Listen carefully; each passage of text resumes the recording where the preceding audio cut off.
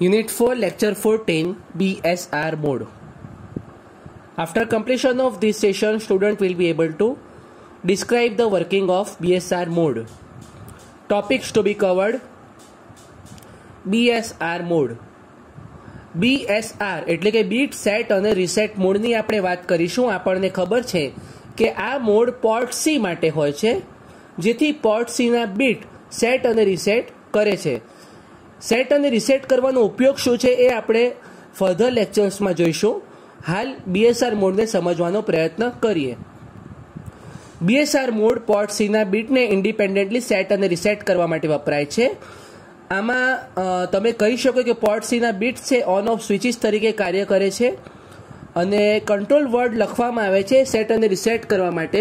એટલે કે પહેલી વાર સપોઝ સેટ માટે કોઈ ઇન્સ્ટ્રક્શન લખીએ અને પછી એને આઉટપુટમાં આપીએ, પછી રીસેટ માટે ઇન્સ્ટ્રક્શન લખીએ, પછી ફરી આઉટપુટમાં આપીએ. એ રીતે પ્રોગ્રામિંગનું લોજિક તમે ડિસાઇડ કરી શકો છો અથવા વિચારી શકો છો. આમાં D7 બીટ જો કંટ્રોલ વર્ડમાં 0 હોય તો BSR મોડ થાય એ આપણને ખબર છે.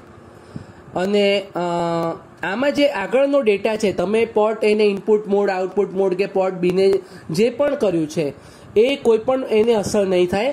આ ઇન્સ્ટ્રક્શન જ્યારે એક્ઝિક્યુટ થશે એ જ સમયે તમારો પોર્ટ છે એ પોર્ટ C નો જે બીટને તમે સેટ અને રીસેટ કરો છો એ બીટ પર અસર થશે. ફર્ધર જે એટલે આગળ ઓલરેડી એક્ઝિક્યુટ થયા છે એ ઇન્સ્ટ્રક્શન પર અસર નહીં થાય. અને પોર્ટ અને બીમાં જે પહેલા પ્રમાણેની કામગીરી છે એ ચાલુ રહેશે. તો આપણે સમજીએ આગળ. ફોર્મેટ જોઈએ, આપણું કંટ્રોલ વર્ડ કઈ રીતે સેટ થાય એ જોઈએ. D7 બીટ 0 હોય તો જ આપણને ખબર છે કે BSR મોડ એક્ટિવ થાય, જે પોર્ટ C માટે છે. પોર્ટ C ના બીટને સેટ અને રીસેટ કરવા માટે વપરાય છે. 4, 5, 6 આપણે યુઝ નથી કરવાના. અને 1, 2, 3 પરથી કુલ 8 બીટ છે પોર્ટ C ના. તો 8 બીટ માટે આપણે 3 બીટનું લોજિક સેટ કરીશું. બીટ સિલેક્ટ કહેવાય એને. તો 4 વખત 0 આપણને ખબર છે, 4 વખત 0, 4 વખત 1, 2 વખત 0, 2 વખત 1, 1 વખત 0, 1 વખત 1. એટલે આ લોજિક આપણે સેટ કર્યું. તો આપણને 8 ઓપ્શન મળ્યા. તો એના પ્રમાણે bit 0 to bit 7 port C ના PC 0 to PC 7 તમે સિલેક્ટ કરી શકો. આ થઈ ગયું BSR મોડ. આ થઈ ગયું બીટ સિલેક્ટ. તો સેટ રીસેટ કરવા માટે આપણું D0 બીટ કામ લાગશે. તો એનો મતલબ સેટ અને રીસેટ તમે 0 હોય તો રીસેટ અને 1 હોય તો સેટ કરી શકો. એટલે જે બીટ આ પ્રમાણે બીટ સિલેક્ટ પ્રમાણે સિલેક્ટ થયેલું હશે એ બીટ સેટ અને રીસેટ થાય. ક્યારે? માત્ર આ 0 હોય ત્યારે. Otherwise it will be input output mode. તો આ છે કંટ્રોલ વર્ડ BSR મોડ માટે. સેમ્પલ કેસ જોઈએ. આપણે કેસ લઈએ કે આપણે PC5 બીટ છે એને સેટ અથવા રીસેટ કરીએ છીએ. PC0, PC1, PC2, PC3, 4 અને 5 આપણે PC5 બીટ માટે વાત કરીએ છીએ. તો આપણે એના માટેનું કંટ્રોલ વર્ડ અને એનું ઇન્સ્ટ્રક્શન માટેનું કોડ ડિફાઇન કરીએ.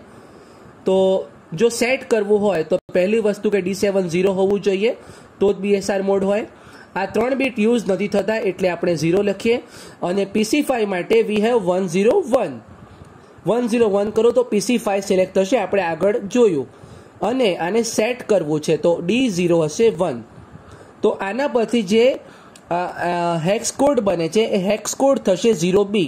એટલે કે PC5 સેટ કરવા માટે તમારે 0B લોડ કરવું પડે. બરોબર છે. આગળ વધીએ. રીસેટ માટે વાત કરીએ તો રીસેટ માટે આપણે PC5 છે એને 0 કરવો પડે. તો એના માટેનું બાઇનરી આપણે સમજીએ, ડેટા સમજીએ, બીટ સમજીએ.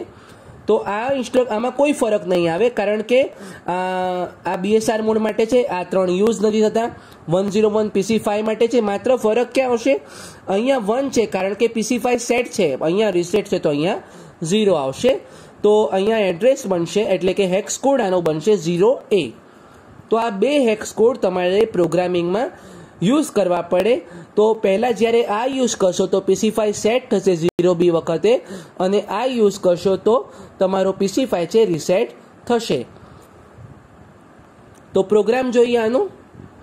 MVI A 0B હેક્સ એટલે કે 0B લોડ કરો છો તો તમારો PC5 છે એ સેટ થશે. ક્યાં લોડ કરો છો? હાલ એક્યુમ્યુલેટરમાં લોડ કરો છો, તો એક્યુમ્યુલેટરમાં તમે લોડ કરી દીધું. તો હવે આ ડેટા ક્યાં આઉટપુટમાં નાખશો? FFમાં. FF એટલે કંટ્રોલ વર્ડમાં. તો આ ડેટા કંટ્રોલ વર્ડમાં નાખશો તો BSR મોડમાં PC5 બીટ સેટ થશે. FF એ કંટ્રોલ વર્ડ એટલે કે કંટ્રોલ રજિસ્ટરનો એડ્રેસ છે. તો આ તમે જ્યારે લોડ કરશો એટલે એનો મતલબ થયો PC5 1 થઈ ગયું.